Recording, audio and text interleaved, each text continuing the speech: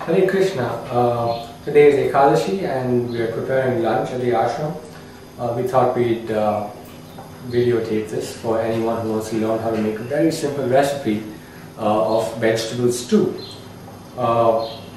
We usually keep our kitchen fairly clean and we wash our veggies, we wash ourselves before we cook.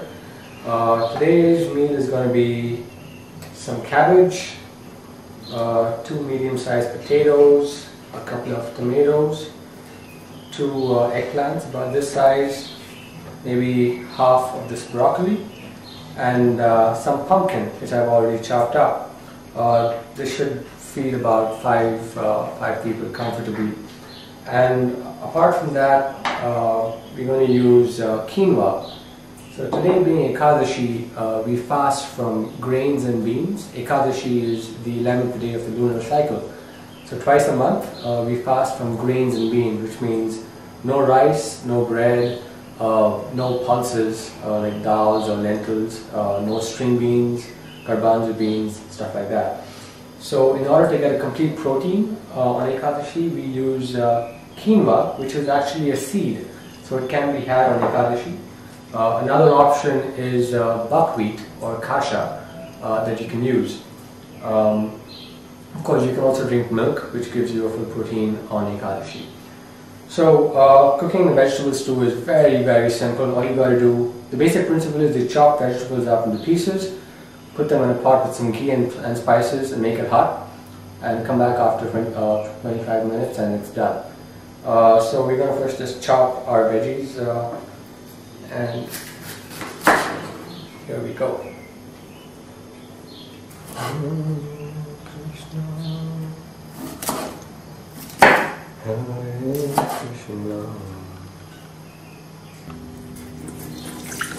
You want to make sure you wash your veggies. You never know what kind of pesticides are sprayed upon them in the fields. So keep your veggies nice and clean. Certain kinds of vegetables, like cabbage, it's better to chop them up first and put them in a colander and then wash them under running water.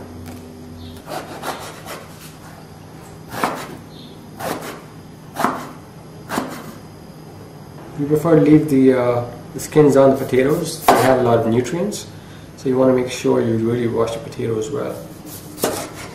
The smaller you chop your potatoes, the faster they cook.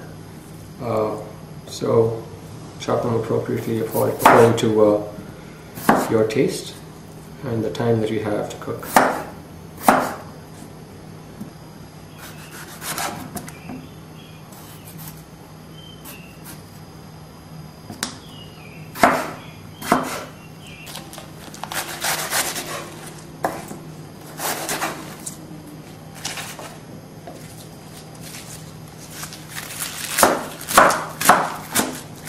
So once we have all our veggies chopped up, the next thing is to dump them in a pot with some ghee and spices. Most of the spices we use can be got at any Indian store. And this is our spice cupboard, and we have hing, which is also called asafoetida, turmeric, salt, cayenne. Cayenne not to be found at most Indian stores. You can get them at any health food store or grocery store should have it. Cilantro seeds, amchur, which is dry mango powder. Back there we have some black pepper and coriander powder up here. So once you have yourself well stocked up with spices, then cooking gets a lot easier because you have all the ingredients with you. For today's dish, we've put together this set of spices. We've taken a dessert spoon, and this is about a 1/4 spoon of asafoetida, 1½ dessert spoons of coriander powder, a ½ teaspoon of turmeric, a couple of pinches of salt, ½ teaspoon of cayenne, and a teaspoon of cilantro seeds.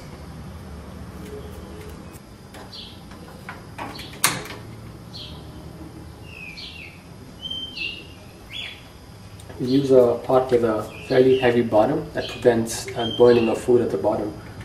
So Usually if the pots are very thin and have a thin bottom, food gets burned a lot quicker. So this is the nice pot with a nice heavy base. We warm it up a little bit to make sure there's no water left in the pot, because once we add the oil or the ghee, if there's water in there, then it starts to splutter, and that's not such a nice thing.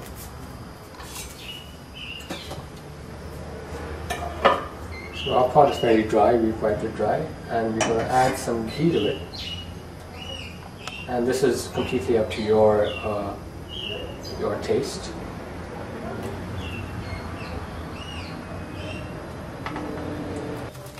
So the ghee has been warming up on a fairly low flame. We want to make sure it heats up uniformly. And we're also going to add some cumin seeds, whole cumin seeds. And the way to tell when the ghee is ready is when, if you throw in a few cumin seeds, they start to fizzle and splutter a little bit. So this is not happening yet, so the ghee is not yet warm. Let's put in cumin seeds. And you can see them splutter and fizzle. It means the ghee is ready. Keep the flame low. So now we add our spices. So ghee is a great vehicle for spices. It really absorbs all the flavors. So that's why I like putting my spices into the ghee along with the salt.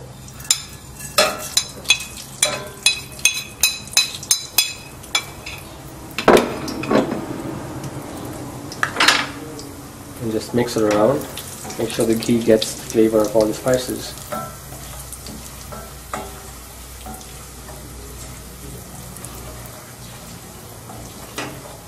So you have to be careful not to let the spices burn. Some people sometimes they mix the spices in a small cup of water and make a paste with it, and then add the paste to the ghee to ensure that the spices don't get burned. Or you can do that with yogurt and make a small thin paste. And now it's time to add our veggies. Okay.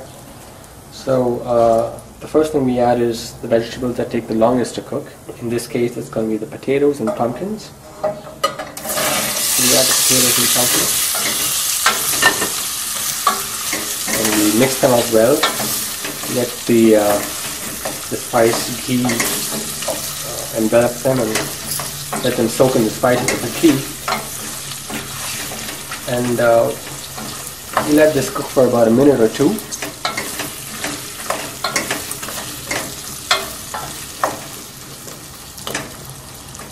And we raise it to a slow simmer. This has been cooking for about a minute. Now we add the eggplant and broccoli. And we let it stay on top, we don't mix it in, because they require less heat to cook. And on top of that, we add the cabbage, chopped cabbage. We add about a cup of water. That's the sound of the water fighting with the ghee. The water gives it, it evens out the heat in the pot, and everything cooks more uniformly. And the steam also helps to cook the food. Once you've added the water, you cover it and let it simmer. And every 5 to 10 minutes, we can open it up and just stir it in to make sure nothing is stuck at the bottom and nothing is getting burnt. And we just wait now. And after about 10 minutes, we add the tomatoes. Because the tomatoes, if they cook too much, they become just a big mush. So we like to have our tomatoes retain their form. So we add the tomatoes at the very end. Okay, so it's been about 10 minutes. This has been simmering. It's getting nice and nicely cooked. Just check nothing is burned at the bottom.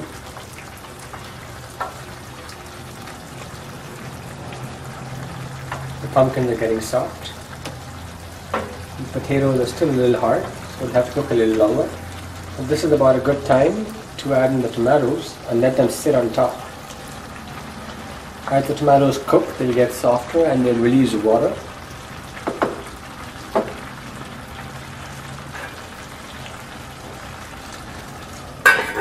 We cover it and let it simmer for another 10 minutes.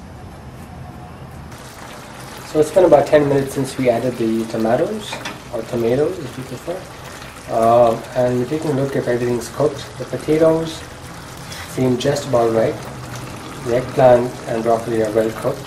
The tomatoes have gotten soft, and the pumpkins are also soft. So at this point we're going to add in the quinoa with some water. So as we mentioned earlier, quinoa is a seed and it can be had on Ekādaṣī, and it's a complete protein by itself. And quinoa cooks much like rice. It cooks in hot water and it expands. So we're going to add a little water, maybe half a cup or so of water.